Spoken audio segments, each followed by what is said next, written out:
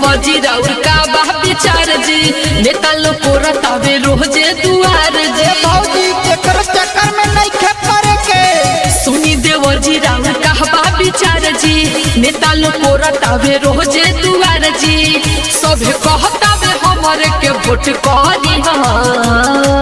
भौजी दोसारा के झांसा में तू मत पड़ी हा अपन देवरू हेला लगे सपोर्ट करी हा भौजी दोसारा के झांसा में तू मत पड़ी हा अपन देवरू हेला लगे सपोर्ट करी हा।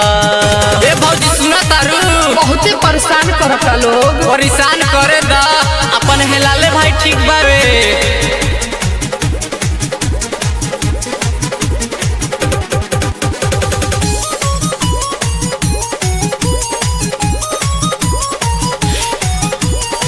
क्षेत्र 49 में होई विकास जी चारों तरफ ये हालाबा अब की जीती है लाल अहमद सुख दुख के रखा वाला है सुना मामी सही बात बा क्षेत्र 49 में होई विकास जी चारों तरफ ये हालाबा अब की जीती है लाल अहमद कहत गौआ मुहाल है अपना बतिया के कबो नहीं पुट करी हा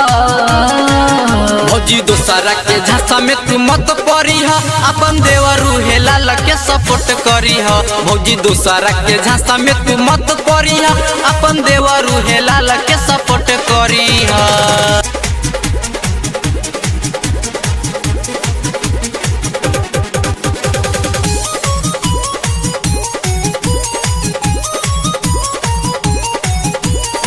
बड़े बड़े लोगवा के होता हवे काम जी